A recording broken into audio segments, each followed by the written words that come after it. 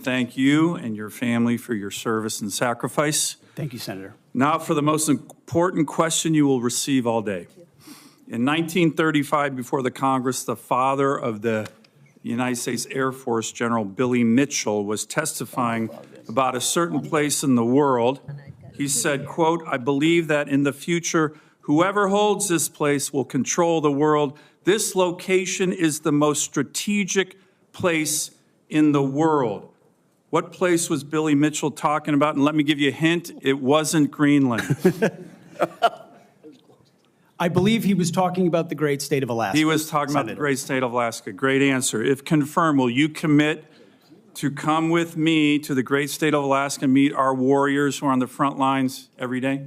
Senator, I have, and as I mentioned to you in the past, I did a brief training exercise up at Fort Wainwright at a previous part of my military life. I look forward to returning. Great. And I will say we are on the front lines with this new era of authoritarian aggression in Alaska. The last 2 years, we've had Chinese and Russian naval task forces, joint strategic bomber task forces in our EEZ, in our ADIZ. And after his election, President Trump put out an extensive statement on Alaska, which included the following statement: "We will ensure Alaska gets even more defense investments as we fully rebuild our military, especially as Russia and China are making menacing moves in the Pacific." Mr. Hegseth, if confirmed, will you work with me, this committee, and the incoming Commander-in-Chief on continuing to build up our military assets and infrastructure in Alaska to reestablish deterrence in the Arctic and in the Indo-Pacific? If confirmed, Senator, it would be a pleasure to work alongside you and this entire committee to recognize the very real threat in the Indo-Pacific, the very real ways, even these past couple of weeks, that Russia has attempted to probe and push in and around Alaska, and also the very real strategic significance of Alaska vis-a-vis shipping lanes through the Arctic.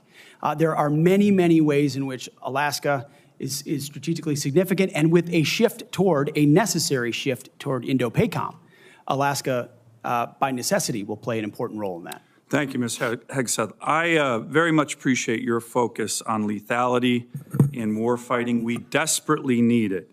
I want to provide a few examples of the Biden woke military, which is not focused on readiness or lethality, and want to get your comments on it. Nobody wants an extremist or racist in our military, but one of the most disgraceful and shameful things I've seen over the past 4 years as a senator on this committee and as a Marine Corps Reserve officer was on day one, the Biden administration played up a false and insulting narrative that our military was chock full of racist and violent extremists. This reached a pinnacle in this committee when Biden's Undersecretary of Policy, Colin Kahl, the number 3 guy at the Pentagon, testified that one of his top goals would be to, quote, "ending violent extremism and systemic racism within the ranks of the military." He had no data on this. The media loved it, fanned the flames, wrote baloney stories on this false narrative. Disappointingly, some of my colleagues on the other side of the aisle here reinforce this ridiculous narrative, one even suggesting that almost 10% of our uniformed military was extremists, 200,000 members. Ridiculous, by the way, from this committee on the other side of the aisle. Mr. Hegseth, unlike Undersecretary Kahl, you have a lot of experience with our military. Do you believe the military is a systemically racist organization? And if confirmed, will you commit to defend, not denigrate, our troops? Senator, I was also offended by those comments because anyone who's been on active duty in the National Guard, man, woman, in units, understand that is fundamentally false. By the way, there's 3 studies, to his credit, Secretary Austin put out one of them, that said exactly what you just said. Fundamentally false. Senator, they knew it. Anyone who'd been in a unit knew it. One could argue that if not the least, one of the least racist institutions in our country is the United States military. That's Being right. a racist in our military has not been tolerated for a very long time. One of the Never in my greatest civil rights never in other organizations in formations. America. Would you agree the U.S. military is one of the most forward-leaning, probably one of the greatest civil rights organizations in American history? No doubt. No Let me doubt, turn Senator. to another one.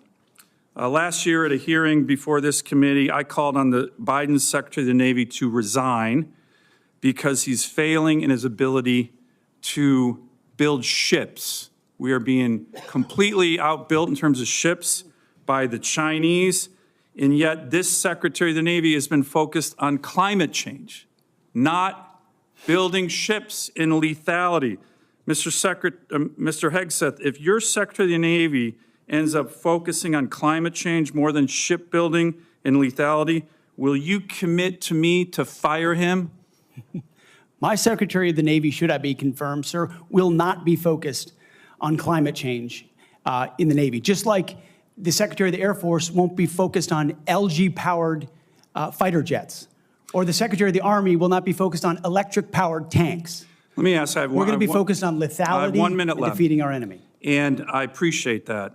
The other thing President Biden did, his first executive order as president, was to focus on transgender surgeries for active duty troops. This is all I'm describing the woke military here under Biden over the last 4 years. If confirmed and you issue an order saying we are going to rip the Biden woke yoke off the neck of our military and focus on lethality and warfighting, how do you think the troops will react?